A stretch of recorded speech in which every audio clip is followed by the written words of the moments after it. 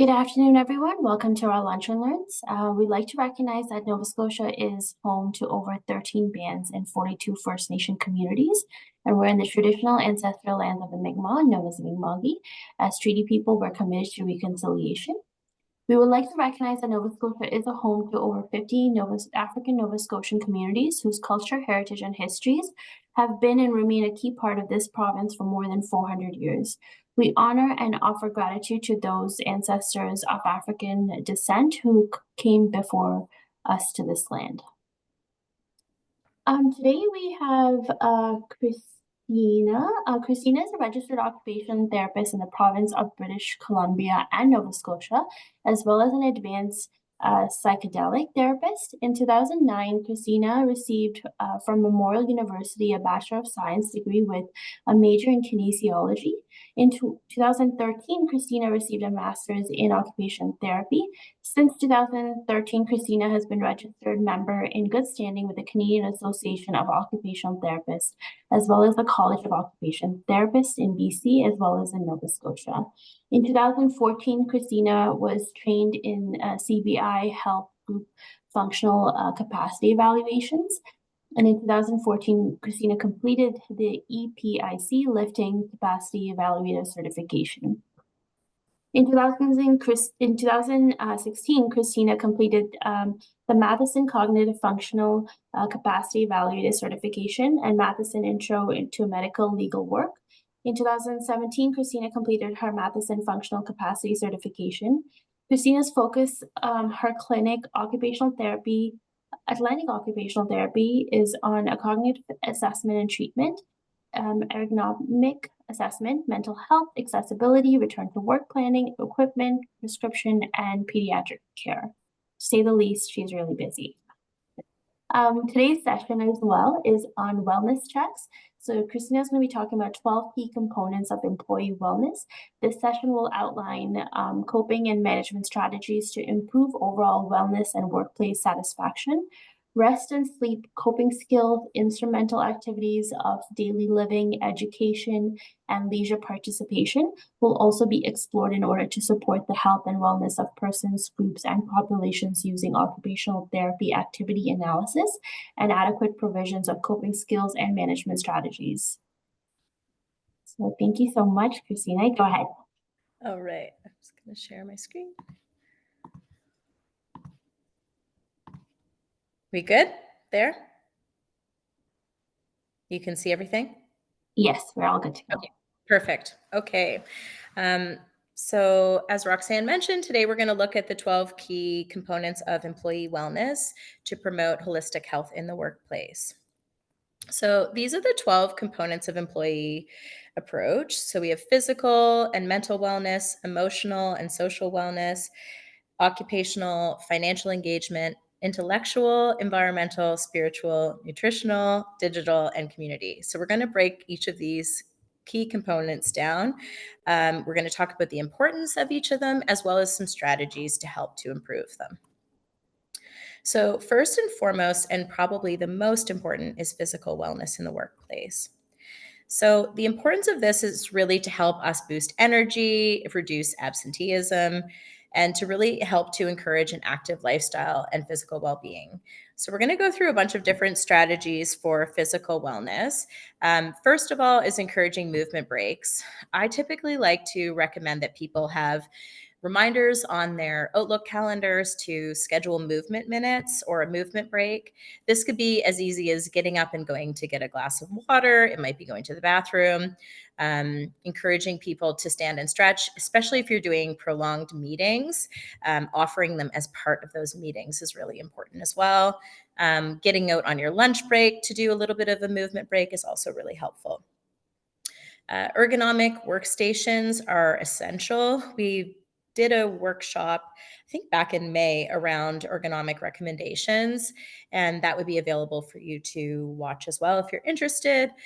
But having a proper ergonomic assessment so that you can get appropriate chair and standing desk if required, and any ergonomic assessment is typically covered under your workplace to have to ensure that it's optimal for your comfort and posture.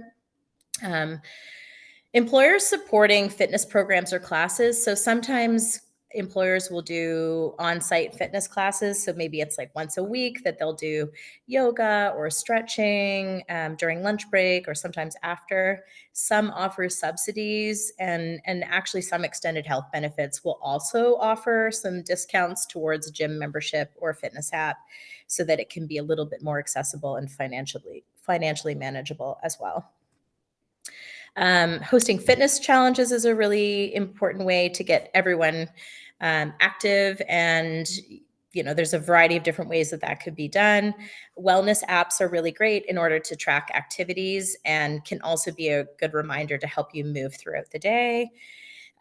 Creating a dedicated workspace, a wellness space. So this could be somewhere to do meditation. It can be sort of a decompression space if needed, and we'll get into the mental health wellness as well. It doesn't need to be a big space, and certainly if you work from home, this could be even your living room, somewhere with a yoga mat that you could do a little bit of stretching throughout the day. I'm also happy to offer you some chair-based exercises that you can do if you don't have a lot of space, but it is important to get those wellness breaks throughout the day. Offering healthy snack and drink options.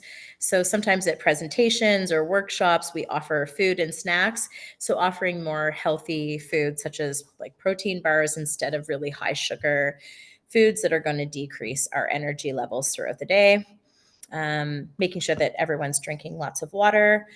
Having a water reminder on your phone or a notification is also helpful. I think oftentimes when we are busy at work, we forget the importance of drinking water throughout the day, and water can really help us with our cognitive functioning. So, setting an alarm, some watches allow those alerts as well, and potentially offering like a branded water bottle, like a free water bottle as a perk, can also help to promote water intake. Walking meetings, I tend to do this quite a bit in my job. So if I'm doing a smaller meeting, with an individual or a couple of individuals, going out for a walk while brainstorming is a really great way to get physical activity and get some fresh air and stay active. It also helps to boost creativity and it helps with our cognitive function as well. So anytime that you're doing a smaller meeting, maybe consider a walking meeting. Flexible schedule for fitness. This can be a bit challenging. Some workplaces are a little bit more flexible when it comes to this. Some will allow you to start and adjust your workday depending on exercise, and other times you could do a workplace fitness schedule during your lunch break if that fits well with you as well. Some places will offer on-site health screening. They'll come in and do like blood pressure, cholesterol, and sometimes they'll offer some awareness around physical health. A lot of your EAP programs and extended health benefits also offer a lot of coverage for additional health screenings. So that's also something to look into as well. And the last couple of points here, Wellness Wednesdays or similar initiatives. So this could be once a week, and similar to these lunch and learns, offering whether it's health seminars, mindfulness sessions. So something that really helps to promote physical wellness is something to consider. It's a way that we can kind of promote employee participation, and that can help with the social piece as well. Sometimes promoting active commuting options works. It's a little bit more challenging when you live remotely. So, depending on what area of the province you're living in, certainly those that live, in Halifax or those areas, it might be more encouraged to bike or walk to work. Certainly, living in the valley, that's not always an option, but it can be really helpful if that is an option. And then goal setting for help. So using the EAP program or using a health portal that can kind of help you set some wellness goals as well can be helpful. So the next one is looking at mental wellness. Mental wellness is really important and it helps to impact our productivity and satisfaction. And in doing so, it reduces stress and helps to support mental resilience. So, some strategies for mental wellness, taking regular breaks throughout the day. So, I've mentioned the the option to set timers, it's really important to take breaks throughout the day, especially if you're working prolonged periods of time on your computer. Stepping away from your computer desk every hour, even if it's just for a few minutes, makes a really big difference. It's also way better for your body as well. Setting some really clear boundaries around work and personal life. In our workload management seminar that we did a couple of weeks ago, we kind of outlined some boundary setting around this piece. You can also set an email as part of your email signature to say what your working hours are and ensure that you're not checking emails or answering phone calls outside of your work hours in order to maintain a healthy work-life balance. Prioritizing and organizing tasks. Again, in the workload management workshop that we did, we talked about workload allocation modules and different apps that you can use. Certainly, prioritizing tasks helps, and it helps to reduce stress and overall makes you feel more accomplished every task that you complete. Practicing mindfulness. So as part of the workspace where you have a space that you can decompress, there's apps that work really well. So Headspace and Calm are two free apps that I like to recommend. Some of them focus on guided imagery. There's progressive muscle relaxation, diaphragmatic breathing, box breathing, those type of techniques. So when we're starting to feel that we're anxious or maybe having some depression symptoms or we're feeling overloaded by work, practicing mindfulness can really help to calm our central nervous system down, and that helps us to be more productive as well. Communicate openly. So, whether you're facing challenges at work, whether you're feeling like you have too much work on your plate, having that communication with your support is really important. And if you're not identifying issues that come up, then your employer can't do anything to help you. So, it's really important to communicate openly about those as they come. And then setting realistic goals. I'm sure most are familiar with SMART goals, but setting realistic, achievable goals and that allow you to balance productivity with wellness. Staying physically active. So we mentioned that in the previous slides, and then creating a comfortable workspace. So not only is it important to have an ergonomic workstation, but it's also really important to have appropriate lighting, an organized desk, and some comfortable seating. And the difference that this can have on your mood is tremendous. Certainly if you think about if you're on a desk that's cluttered with paperwork and just there's too much, it can feel really overwhelming and daunting. Versus if it's clean and you're working on one task at a time, it will help to decrease the stress that might come from that. Focusing on nutrition and hydration, so ensuring that you're eating nutritious snacks and staying hydrated throughout the day is also very helpful. Practicing gratitude. I think this is something that often takes the back burner, but it can be really helpful. And I'm sure we can all think of a time where we've received positive gratitude from maybe a coworker or from a manager and how good that feels.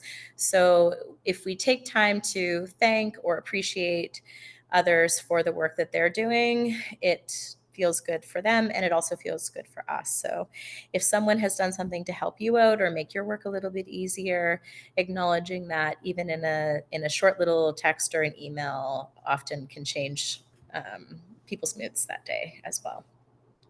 And then trying to get enough sleep.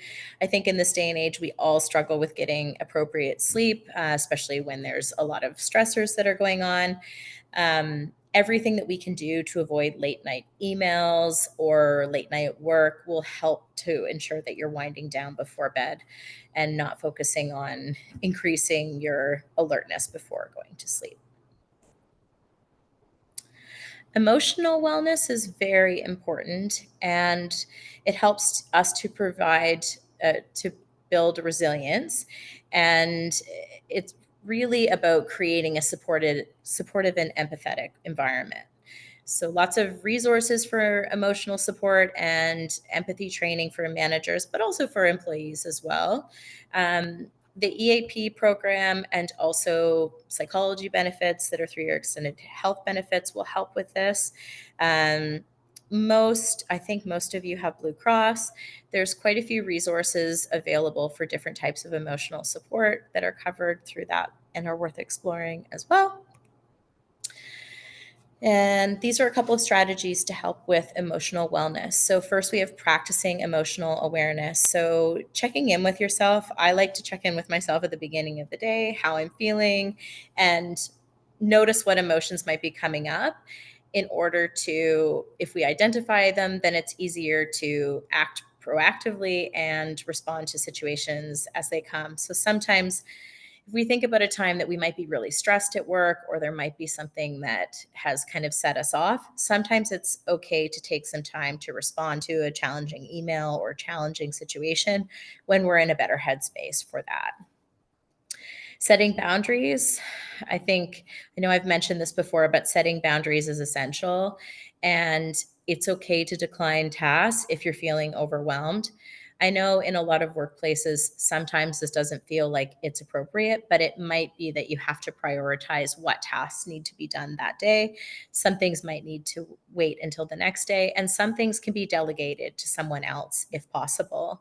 So it's really important, when we're looking at workload allocation, how we're prioritizing, who we're delegating to, and what tasks, if any, can be declined. Cultivating positive relationships, so helping to build supportive connections with colleagues, offering conversations to those and building a supportive network is really important. Certainly, when we feel close with our colleagues, it helps us enjoy work a lot more as well. And then practicing self compassion. I think when we're experiencing challenges or setbacks, it's really hard sometimes to be kind to ourselves, but it's also important to recognize our efforts and focus on the learning that comes from it, even when it's a challenge, rather than being perfectionist about all of the work that we do. So, self compassion is really important and it can help to decrease emotional strain that we have. Social wellness. Social bonds help to improve morale and teamwork, and certainly promoting ways of working with friendship and developing team support. So, lots of ideas around this, whether it's team building activities, creating social spaces. Maybe it's for lunch, maybe it's an after work coffee or meetups, virtual hangouts. A lot of people that are working remotely can tend to feel pretty isolated. So, offering opportunities where you can connect with other employees is really important in these situations.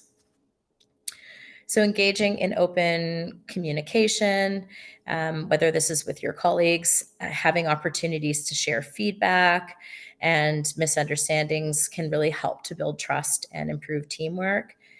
We talked a little bit before about the importance of, talking to management if things come up or to colleagues. So, making sure that there's clear and respectful communication will help.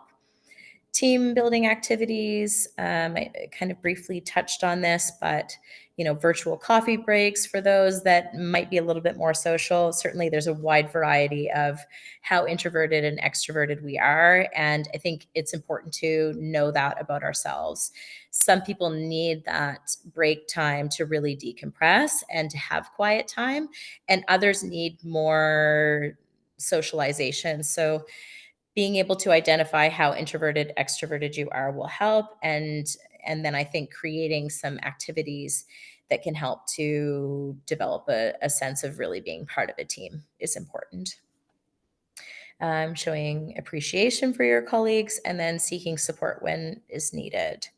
And I think there's often times too where it's important for us to offer support to our colleagues, whether it's around, like sometimes if I've participated in a workshop, I might share those resources with my colleagues if I think that it would make their work easier for them as well. Um, or maybe you've problem solved something that that other people might be facing as well. So sharing any resources or strategies is often helpful to those involved. Occupational wellness. So, satisfying work improves motivation and providing opportunities for career growth. So, think it's often important to revisit where we're at in our career and if there's additional training that might be helpful for our occupation, and then recognizing and rewarding achievements as they come.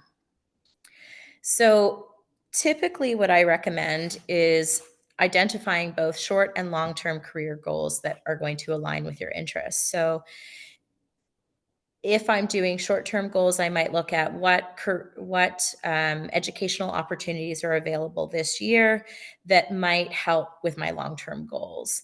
So maybe if you're looking to move more into a management position or changing your role slightly, what skill set might be helpful to learn more about that would help to promote education or learn from so that you can seek opportunities in those pieces.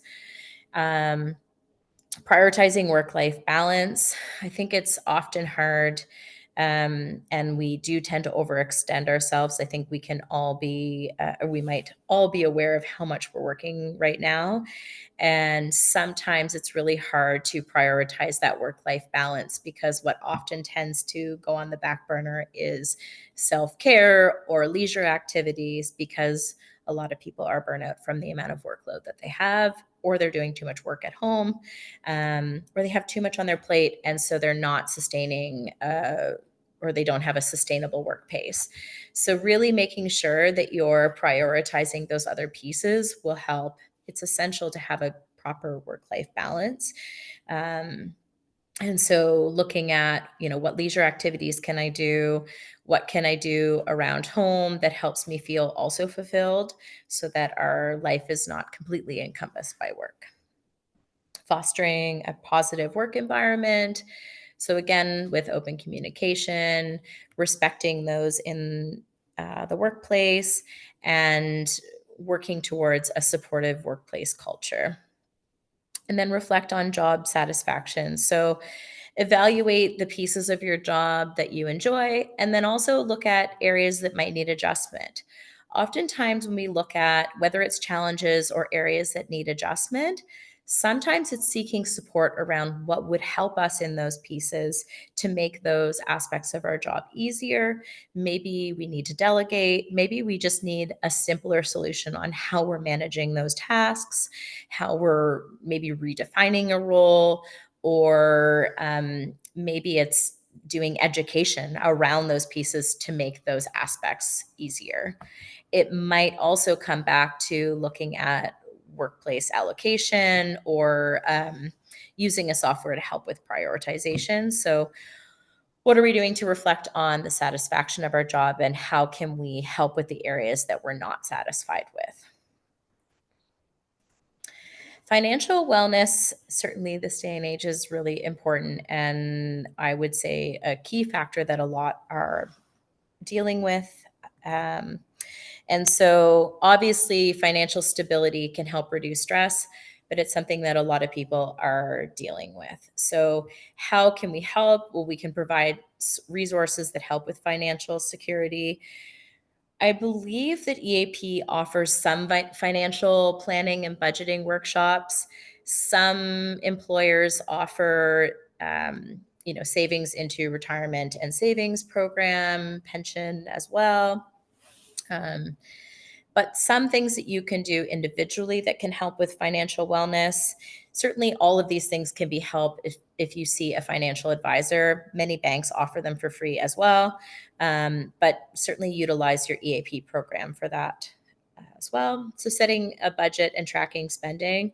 There's lots of really good apps that help with this, that help you understand your income and expenses and help you budget some savings for unnecessary expenses that can come up. Contributing to your retirement savings. So, if your employer offers retirement plan or a pension, that's great. But sometimes it's important that we're matching contributions or that we're putting money in an RRSP or a tax-free savings account or something like that in order to maximize our benefits. Looking at financial resources. So, again, there might be financial wellness programs through EAP. I think there's also some free budgeting tools that come with that as well. So, worth looking into those options. And then coming back to the budget and tracking spending, we look at setting financial goals. So I would also say in this piece to look at short and long-term goals. So having an emergency fund and then setting up some guidelines for building financial stability long-term. Intellectual wellness is the next piece. So, intellectual growth helps to foster engagement and provides learning and development opportunities. So, in this piece, offering continued education and skills training and encouraging creative problem solving activities. So, as far as continuous learning goes, I know today is an example of one of those. There's weekly ongoing lunch and learns. I know that there's probably some sort of educational budget that most employers have, whether it's for doing additional training, something that you're interested in pursuing additional knowledge about to help to expand your expertise. So, looking at that continuous learning. Sometimes there's free opportunities. If you look on Eventbrite, there's often free learning opportunities on that as well. So I've used that, and a lot of my clients have as well. If you go into the event page and search for free, you can search pretty much any topic, and there's often free courses available. Another opportunity is Coursera. And so Coursera will have numerous free educational opportunities. If you're just looking at developing more knowledge in an area, you don't have to pay. If you're looking for an actual certification, you can pay a small fee to do like the quiz. If you're looking to add it to a resume to kind of build your knowledge base there. So looking at Eventbrite and Coursera are great learning opportunities as well as participating in lunch and learns and other opportunities that your employer puts up as well. Challenging yourself with new projects. So sometimes stretching our abilities helps with creative thinking. So it might be something that you're really interested in, that might be a project that your employer or manager might be okay with you trying out. It might be something new. So kind of tackling new challenges and seeing what opportunities are there for that. I think a lot of us might find that if you have enough on your plate, it's hard to have a desire to um, want to do new projects, but sometimes finding something that we're really interested in and doesn't necessarily feel like work and might actually be helpful for others as well. Staying curious and open-minded, so approaching situations with curiosity, being open-minded, maybe as others are talking about new projects, maybe thinking and helping with some strategic planning with them around what would help support them in a new project, maybe using your expertise and helping them problem solve skills as it comes up. And then dedicate some time for reflection and brainstorming. So whether it's brainstorming around problem solving or something that you're looking into, like the new opportunity or new projects. So, acknowledging and applying knowledge in areas in more meaningful ways. Environmental wellness.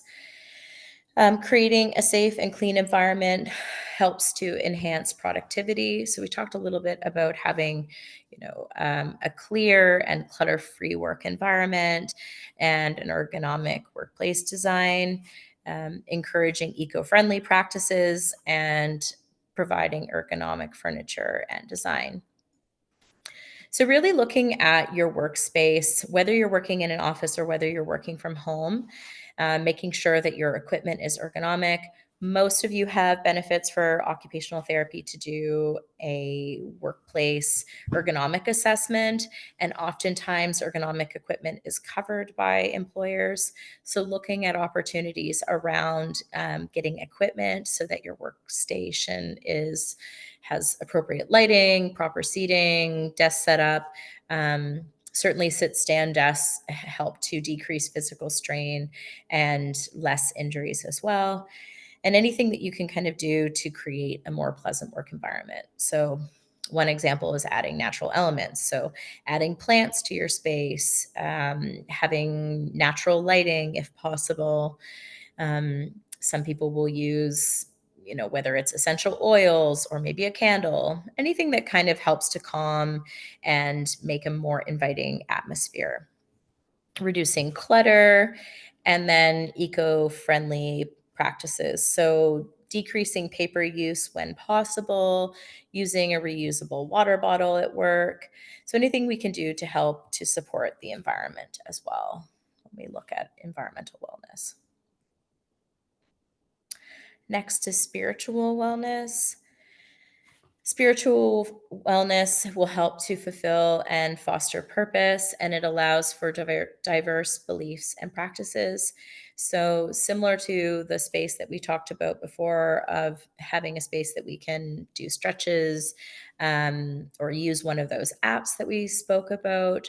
Um, Having a space where we can do meditation or a quiet space. Maybe it's even a religious practice that we might do it on our lunch break. Um, Really respecting those diverse beliefs and celebrations as they come. So, taking moments for mindfulness and reflection. So, taking a couple minutes a day to reflect and meditate, doing some breathing exercises. Even if you were to dedicate 3 to 4 minutes at the end of, let's say, an hour-long meeting, if you have a Zoom meeting or a team meeting, taking a couple of minutes at the end of that to really ground yourself, doing a grounding technique. So, looking at what do you see, what do you hear, what do you smell? So, using your senses to kind of help ground you to that space. Maybe it's doing some box breathing. So, breathing in and holding, exhaling and holding. So, some different moments that we can help to decrease our anxiety levels and really help to calm our central nervous system is really important. Aligning our work with our personal values. So, sometimes this is challenging, but really looking at what are our workplace goals, and how can we use our own goals to kind of pursue growth and contribute to team culture as well.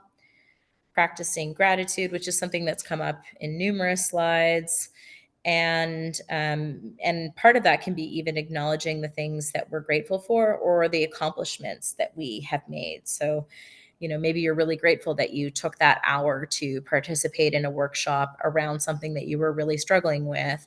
Maybe you found a really good resource that you think would be helpful and you could share. Maybe a colleague did something for you that was really helpful, and you can practice gratitude by sending them a thank you note. And then fostering a culture of kindness and respect. So, really trying to be supportive in the workplace and showing respect and empathy for all those in your workplace. Nutritional wellness. Um, Obviously, our nutrition has a huge impact on the amount of energy and focus that we have, and especially our cognitive functioning. A lot of foods, if we eat them, we might have a boost of energy, but then we quickly crash. So, really helping to identify how are we how are we trying to promote health in the workplace, especially if we're doing some sort of opportunity where your employer is maybe bringing food in. So, looking at some healthier options for those instead of sugary snacks can be really helpful. Your EAP program as well and your extended health benefits typically have nutritional advice as well. So, that's something to look into and to consider. Planning and preparing healthy meals and snacks is really essential. So, really looking at fruits and vegetables, lean protein. A lot of people are not having enough protein in their diet, and protein can certainly help give us more energy throughout the day and would help to decrease that impulsive eating and unhealthy eating that happens when we're feeling fatigued. Staying hydrated. So, again, setting a timer around that piece is really important. Drinking enough water throughout the day so that we're feeling hydrated can really help with our cognitive capacity and our overall health. Practicing mindful eating. I think this is the one that I would say is most important because I think a lot of us have a tendency of eating while we're working because we don't want to take the break. It is really, really essential to take time away from work to eat your lunch, and to kind of step away from the computer or the screen or any screens that you have in front of you. So we often tend to eat more if we're eating in front of a screen because we're not actually being mindful of what we're eating and the pace at which we're eating. And so, actually taking the time to sit and enjoy our food, whether we're going outside and eating outside, or even just shutting down the computer for your lunch break so that it gives you a break from that as well. And then limiting sugar and processed foods as well. So, speaking of taking our breaks at lunchtime, digital wellness. I think since the pandemic, many of us are spending a lot more times on computers than we used to. So, really managing digital overload that happens when we're working for really prolonged periods of time, and encouraging breaks and digital detoxes as needed. So, making sure that you're taking those timed breaks, both unpaid and paid breaks throughout the day, and doing things that help to promote healthy digital habits. So, setting boundaries around screen time. So, what I like to do is I come in the morning and I actually set a period of time, that my first hour of the morning, where I'm sending emails, I'm answering voicemails. And in this time, I'm not being disrupted by anyone. So, I take that time every day, and then making sure that you're not seeing people, or answering emails after work hours. So being very clear on those boundaries. The 20-20-20 rule, probably many of you are familiar with, and if not, it's a really good thing to go by. So every 20 minutes, we're taking 20 seconds to look at something 20 feet away. Often what I do is put a little sticker on a computer or something that when I see it, it's a reminder. So you see the sticker and you think, okay, now I need to look away for 20 seconds. This just helps to reduce the eye strain. And certainly when we're staring at our computers for long periods of time, it's really important to do this. And it can help with our long term eye health as well. And so you can set reminders for this, or you can have a little sticker or something like that, just so you remember to take those breaks throughout the day. Organizing your digital workspace. So I think a lot of us, you might have multiple tabs open at a time, or you might have, a home screen that has numerous things open on it. So having folders and labels, same as it is with your actual physical environment, anything that you can do to reduce the clutter on your digital workspace will also help to decrease the amount of stress that we have. And then practicing mindful technology use. So being really intentional about the amount of time that we're on the screens if it's not needed. So if there's an opportunity where we can be reading off screen or meeting with someone off screen, utilizing those opportunities whenever we can. Limiting non-related work activities is important during work hours so that we can really focus on the work that we have to do. And in doing that, it reduces the amount of time that we often have to do work when we get home, which you shouldn't be doing. Community engagement. And so, with community engagement, it really helps to enhance morale. Um, and this can be organizing volunteer programs. Sometimes it's looking at, maybe doing some sort of fundraiser for community involvement. Um, Sometimes it can be like encouraging your team to volunteer, which really helps to build relationships as a team. It can also help to give you a sense of fulfillment and giving back to your community. And so maybe choosing a few organizations that might have some sort of relation to the type of work you're doing can be really important with that. Creating an employee resource group. So this could be, something around shared interest or cultural background. It might be hobbies or professional development. This really helps to build a community within the workspace as well, especially for those that are working from home and might not be getting that social engagement that we require. hosting social events or gatherings. So maybe doing like a couple times a year, some sort of team workplace engagement, bringing your team together to even do some icebreakers or gatherings or celebrating cultural celebrations, those kind of things to really help foster workplace, a positive workplace. And then back to the open communication, really making sure that there's a channel for employees to share feedback and ideas. I often recommend that this is actually done through some sort of technology that might even be anonymous so that people feel like they can openly share ideas and open that dialogue. Oftentimes, if one person is feeling a certain way, many other employees might be feeling the same. So um, having some sort of anonymous, whether it's SurveyMonkey or something like that that goes out, is often helpful. So just a little overview, why invest in wellness? Certainly it increases our productivity at work and our morale.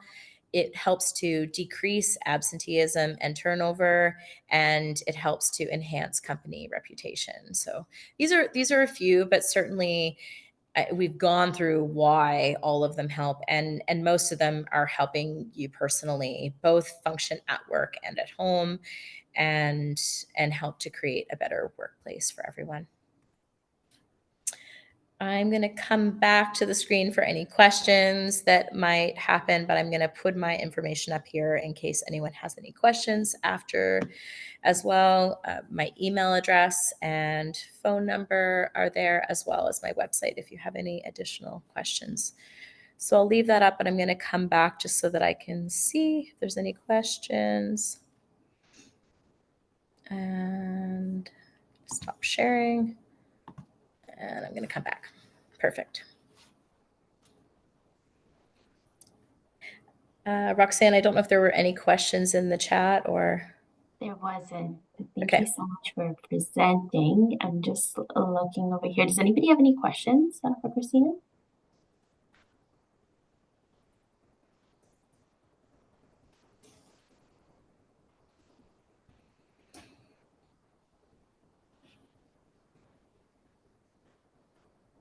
I have a question. So I know you mentioned things about digital as well, digital wellness. Um, and I know you talked to me about this too, but I'm wondering what is the link for that you can download? It's to prevent screening, the light that would comes out from our screen. They're really strong and harsh. And I think Yeah. it's called the blue screen. Flux filter. Flux filter. Okay. Yeah. So it's FLUX. You should be, it's a free extension to download. And so it'll remove that blue light. There's a couple of different settings for it. One of them, you can have it so that it goes based on the time. So there's a little bit more blue light earlier in the morning, and it will adjust as the day goes on and start to decrease it towards the afternoon. And you can permanently set it to have no blue light coming through as well. So depending on if you're finding that you have eye strain, which most of us do if you're on computers all day long, Mhm. I just leave the flux filter on a warm setting, which removes all of the blue light and keeps it on a warm setting all day. Okay. Yeah. Okay. Mhm. Yeah. You're welcome.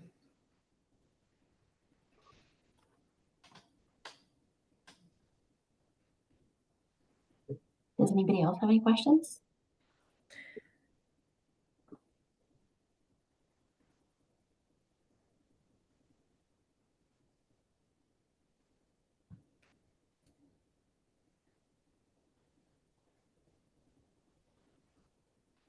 Thank you, Mahone Bay team. All right, perfect. Thank you so much, Christina. That was really valuable information. I'm sure everybody's going to be taking tips and tricks over here from the presentation. This presentation is recorded as well. I forgot to mention that this Lunch and Learn is funded by the Accessibility Directorate as well. So this recording will be uploaded on YouTube, but it will also be uploaded on our Municipal Ideas website. Oops. Thank you. Thank you.